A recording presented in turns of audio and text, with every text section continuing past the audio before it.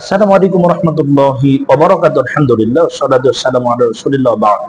সম্মানিত দর্শক, আপনাদের সকলকে রাসূল সাল্লাল্লাহু আলাইহি ওয়াসাল্লামের জীবনের গুরুত্বপূর্ণ রাসূলের নিজের বিশেষ কিছু গুণাবলী নিয়ে আপনাদের সাথে কথা বলছিলাম।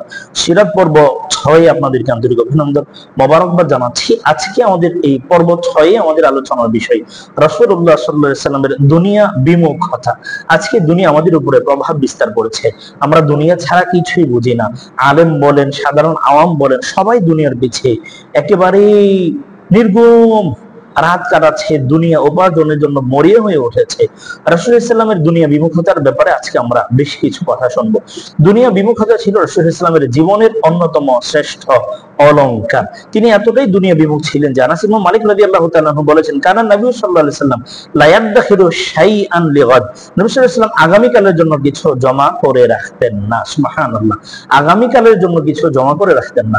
তিনি দুনিয়ার সব নিয়ামতের উপর আখিরাতকে প্রাধান্য দিয়েছেন। দুনিয়ার সুখ স্বাচ্ছন্দ্য তাকে আকৃষ্ট করতে পারেনি, বরং তিনি দারিদ্রকে নিজের জন্য খুবই পছন্দ করেছেন। আনাস ইবনে মালিক রাদিয়াল্লাহু তাআলা আনহু বলেন, রাসূলুল্লাহ সাল্লাল্লাহু আলাইহি ওয়াসাল্লাম আল্লাহর কাছে প্রার্থনা করে বলেন, আল্লাহুম্মা আহিনি মিসকিনা ওয়া আমিতনি মিসকিনা ওয়া আহশুরনি ফি জুমরাতিল মাসাকিন। রাসূলুল্লাহ সাল্লাল্লাহু আলাইহি ওয়াসাল্লাম আল্লাহর কাছে প্রার্থনা করতেন, হে আল্লাহ, আমাকে মিসকিন অবস্থায় বাঁচিয়ে রাখুন, মিসকিন অবস্থায় মৃত্যু দিন, মিসকিনদের দলে আমার হাসর করুন। রাসূলুল্লাহ সাল্লাল্লাহু আলাইহি ওয়াসাল্লামের উপরোক্ত দোয়া শুনে আম্মা জান আয়েশা রাদিয়াল্লাহু তাআলা আনহা বলেন, লিমা ইয়া রাসূলুল্লাহ, ক্বালা ইন্নাহুম ইয়াদখুলুনাল জান্নাতা ক্বাবলা আগনিয়াইহিম বি40 খরিফা। ইয়া আয়েশা লা তুরাদ্দিল মাসাকিন ওয়ালা বিশাকমিন তামরা।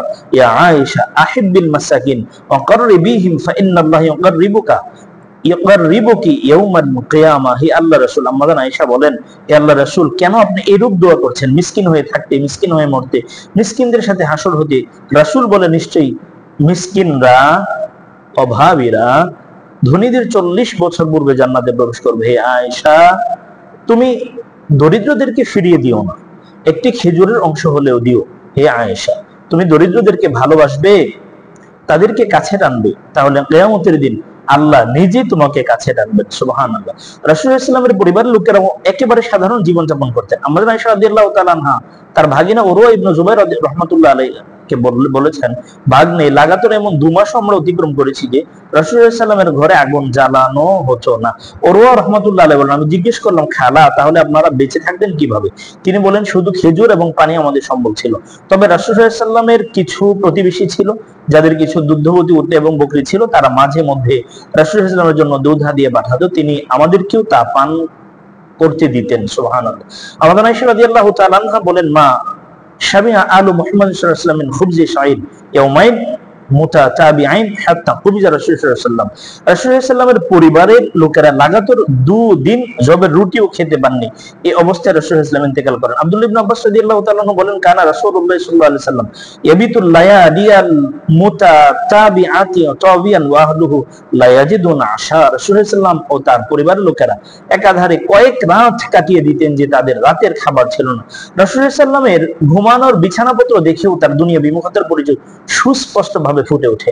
আব্দুল্লাহ ইবনে মাসউদ রাদিয়াল্লাহু তাআলা আনহু বলেন, নামা রাসূলুল্লাহ সাল্লাল্লাহু আলাইহি ওয়াসাল্লাম আলা হাসিব ফাকামা ওয়া কাদ আথরা ফি জামবিহি ফাকুলনা ইয়া রাসূলুল্লাহ লাউ ইত্তাখাযনা লাকা বিতাআন ফাকালা মালি ওয়া মালিদ দুনিয়া মা আনা ফিদ দুনিয়া ইল্লা কারাকিবি ইস্তাদাল্লাত হাতা শাজারাতিন সুম্মা রাহা ওয়া তারাকাহা। রাসূলুল্লাহ সাল্লাল্লাহু আলাইহি ওয়াসাল্লাম কোনো এক সময় খেজুর পাতার মাদুরে ঘুমিয়েছিলেন। যখন তিনি জেগে দাঁড়ালেন, দেখা গেল তার গায়ে মাদুরের দাগ পড়ে গেছে। আমরা বললাম, হে আল্লাহর রাসূল সাল্লাল্লাহু আলাইহি ওয়াসাল্লাম, আমরা আপনার জন্য একটি নরম বিছানার ব্যবস্থা করতে চাই। তখন তিনি বললেন, দুনিয়ার সাথে আমার কি সম্পর্ক? দুনিয়াতে তো আমি কেবল একজন মুসাফির, যে একটি গাছের ছায়ায় আশ্রয় নিল, তারপর তা ছেড়ে গন্তব্যের দিকে চলে গেল। সাহাবাগণ রাসূল থেকে দুনিয়া বিমুখতার শিক্ষা লাভ করেছেন। যেমন আবু বকর সিদ্দিক রাদিয়াল্লাহু তাআলা আনহু রাসূল সাল্লাল্লাহু আলাইহি ওয়াসাল্লামের মতো দুনিয়া বিমুখ ছিলেন। তিনি তার সব সম্পদ আল্লাহর রাস্তায় দান করে দিয়েছেন। ওমর ইবনে খাত্তাব রাদিয়াল্লাহু তাআলা আনহু বর্ণনা করেন, একবার রাসূল সাল্লাল্লাহু আমাদেরকে সাদাকা করার নির্দেশ দিলেন।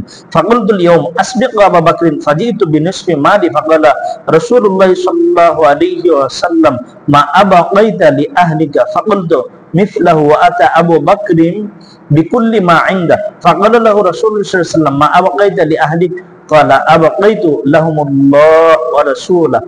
অতঃপর আমি মনে মনে বললাম, আজ আমি আবু বকরের চেয়ে দানে অগ্রগামী হব।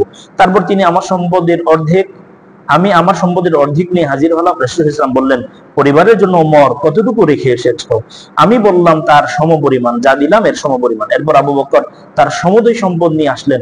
রাসূল ইসলাম তাকে বললেন, পরিবারের জন্য কি রেখে এসেছো?